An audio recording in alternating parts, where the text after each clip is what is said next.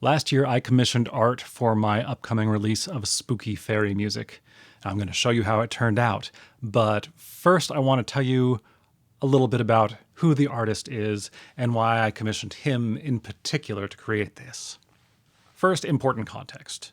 A few years ago, 2023, I released a few singles with AI artwork, which I now very much regret. I am fairly certain that was a moral, ethical mistake, but I'm absolutely certain that it was an artistic and creative mistake. Prior to living in the world of today, if you had asked me, hey, if a computer could generate music or art of a similar fidelity to what humans do, would you be moved by that? And honestly, I would not have been able to answer. But living in the world we do live in, where I experience this regularly, for me, it just rips the meaning away. It's not that I think I can tell what's AI or not based on the quality.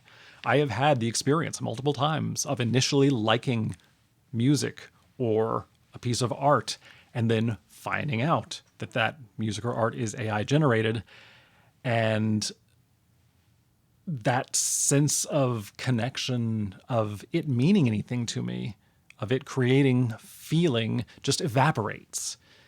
The existence of conscious intent behind art, of purposeful choice, of soul, for lack of a better word, it matters to me a lot. It is a prerequisite for me to care about that music or art.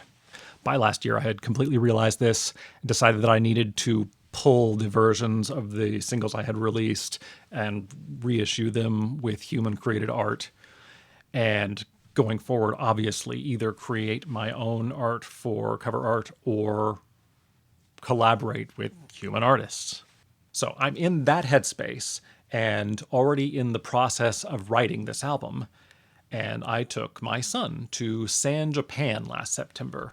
And San Japan is an anime convention, a major anime convention in San Antonio. And it has an enormous artist alley, a section of the convention hall with like 200 booths, and each booth is an artist's booth where the artist themselves is present, usually selling prints of their art and like t-shirts with their art printed on it, that sort of thing. And part of the draw of this is getting to actually meet and talk to these artists. So as we were walking through Artist Alley, two things about this one particular booth, which turned out to be Sam Perrin's, really caught my eye. And one of them was this array of rich blues and starry night skies, which I found out later, these are part of his A Starry Place series, which are his personal work, which are absolutely my vibe. But Sam also had a binder of artists' proofs of Magic the Gathering cards. Magic is a game that has been a big part of my life on and off since it came out when I was in middle school. We ended up coming back by Sam's booth a few times during the day.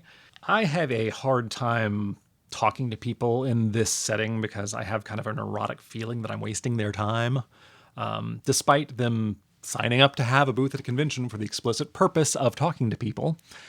That's a whole different thing. In any case, I managed to get over myself and ask Sam if he was open to commission work, telling him very briefly what kind of project I thought I might have in mind and getting his contact info. So I took the time to look over Sam's website, all his work that he has there, and decided that I really did love his style and that it was compatible. It had a lot of overlap in just essence and vibe with my music. And so I reached out to him with a more concrete query of, hey, will you do this project for me?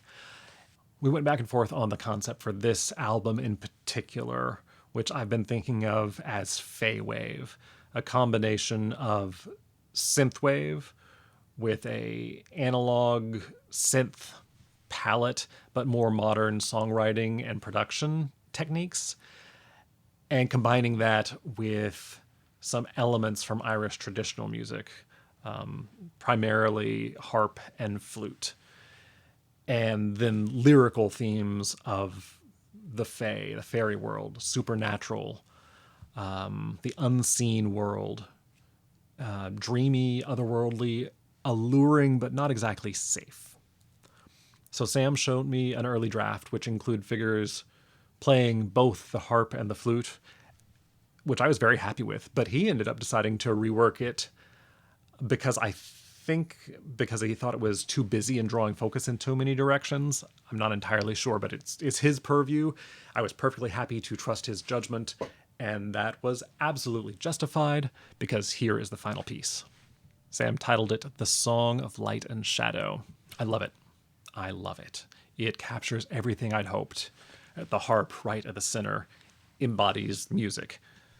Very fitting. Every song on the album features harp, and this particular harp seems to be based on a clairsach, or a wire-strung harp, which is essentially a medieval period instrument with a pretty distinct design and sound from the modern pedal harp. The Trinity College harp, which is what's depicted on like the Guinness label, is this type of harp. But the harp is also the primary light source in the piece, which really lends to this feeling of magic, of this being otherworldly, the fae setting, which is furthered by these moths or butterflies producing their own glowing light. But then also note the particular colors of these light sources. This orange in the harp that fades to pinks and purples on the ends, on the top and bottom, and then the pinks of the butterflies. I had asked Sam to fit in a subtle nod to the kind of established synthwave palette without veering off into pastiche or caricature of the genre. This is just perfect. Now, I had asked Sam not to make things feel entirely peaceful and safe.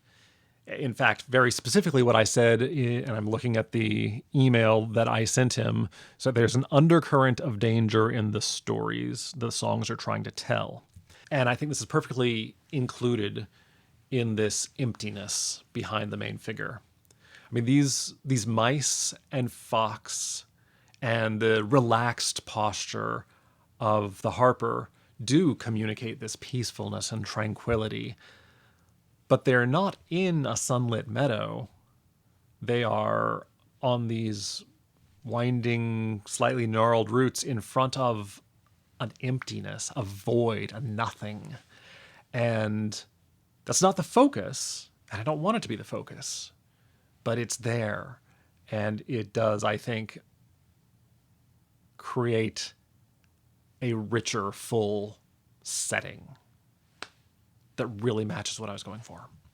And it is perfectly evocative of this entrance to the fairy realm as described in the legend of Knockfierna here, the Pool d'Uv, or Black Hole of Knockfierna, which is a story in this Treasury of Irish Fairy and Folktales, which was curated by W.B. Yeats, a extremely famous and influential Irish poet whose poem The Stolen Child is the basis for the first song that eventually grew into this album. The last really cool element I want to point out are these bells sort of surrounding the emptiness. In addition to Irish flute and harp, every song on the album includes bells, like this one. My collection of bells are claw bells, which I have gotten somewhat obsessed with. Bells are not part of Irish traditional music at all, but they are absolutely a part of fairy mythos. Sometimes the fae are said to be attracted to bells, sometimes repelled by bells. Sometimes you just want ways to know if someone is there when that someone is likely to be invisible. So I am probably in the last week or so of finishing up the album, primarily finalizing the sequence of songs and settling on the names for the songs that don't quite have names yet.